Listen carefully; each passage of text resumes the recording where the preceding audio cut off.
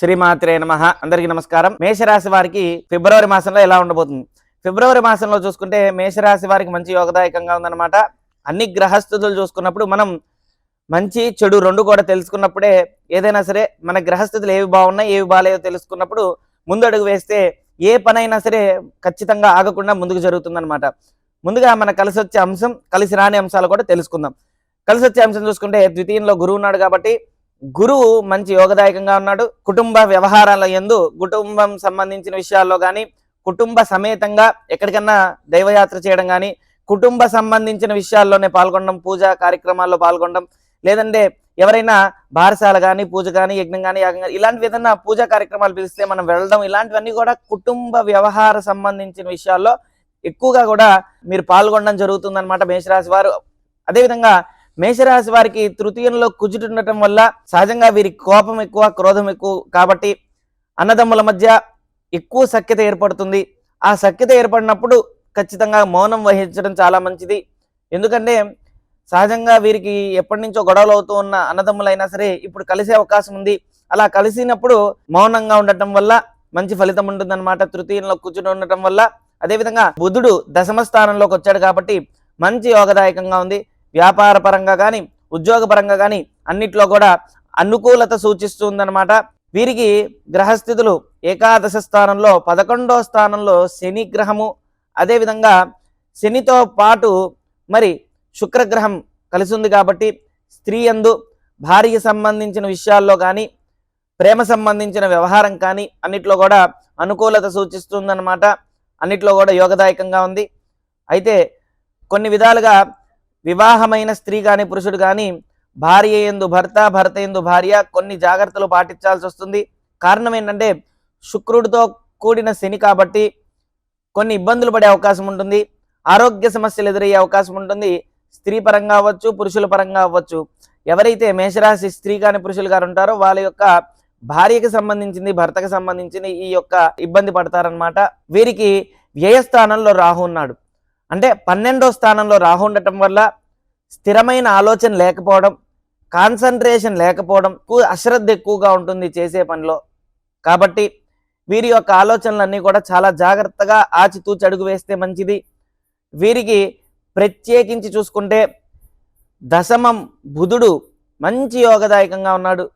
ఖచ్చితంగా కూడా వ్యాపారమందు కానీ, ఉద్యోగం ఖచ్చితంగా కూడా ప్రమోషన్స్ వచ్చే అవకాశం ఉంది. అన్నిట్లో కూడా లాభాలు చేకూరుతాయి. వ్యాపారమందు ఖచ్చితంగా లాభం అనేది కనపడుతుంది. అయితే వీరికి వ్యయంలో రాహు ఉండటం వల్ల ఖర్చు స్థితిలో రాహు ఉన్నాడు కాబట్టి మనం ఖర్చు పెట్టేటప్పుడు వచ్చిన ద్రవ్యాన్ని, ధనాన్ని ఏ విధంగా ఖర్చు పెట్టాలో తెలుసుకొని ఖర్చు పెట్టాల్సి వస్తుంది.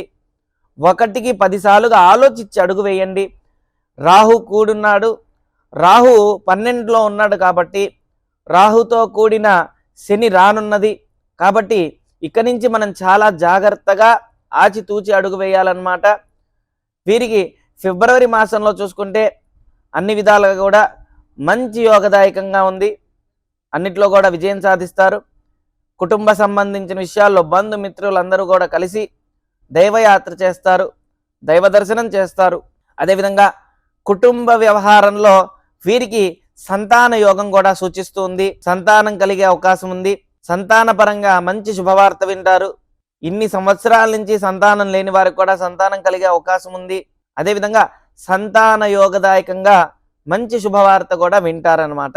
సంతానం కనుక మాట వినని సంతానం అయితే సంతానం వినే మార్గం ఖచ్చితంగా లభిస్తుంది. వారు ఒక మంచి మార్గంలోకి వచ్చే అవకాశం ఉంది.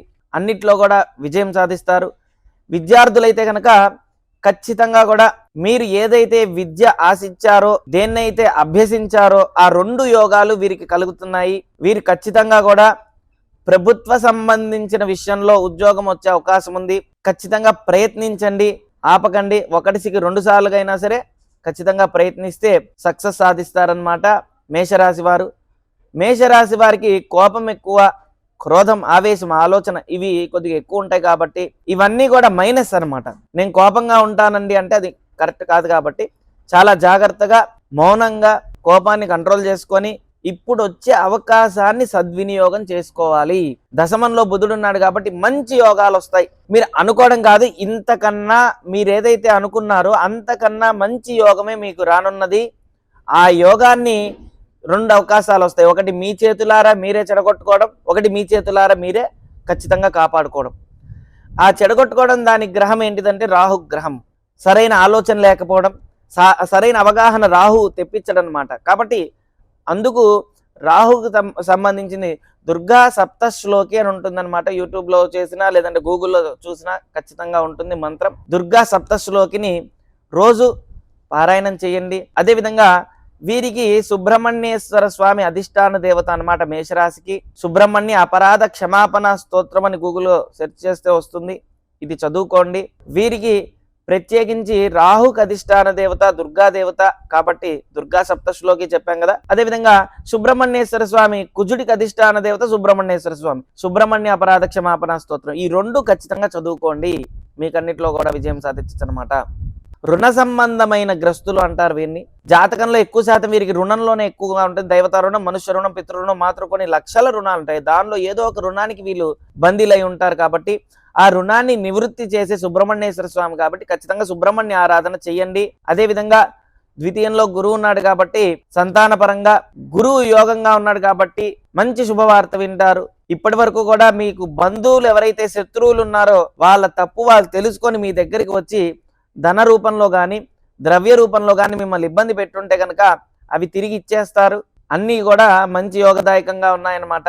మేషరాశి వారికి రాహుగ్రహం వల్ల కొన్ని ఇబ్బందులు పడుతూ ఉంటారు. స్థిరత్వం లేకపోవడం, కాన్సన్ట్రేషన్ లేకపోవడం, ఇలాంటివన్నీ కూడా జరుగుతూ ఉంటాయి. కాబట్టి రాహుకి మినుములు దానం ఇవ్వటం, రాహు సంబంధించిన దోషం పోవడానికి రాహుకి దుర్గాదేవత ఆరాధన చేస్తే మంచి ఫలితం ఉంటుందన్నమాట. ఓం శ్రీ దత్తాయ నమః, ఓం శ్రీ దత్తాత్రేయాయ నమః.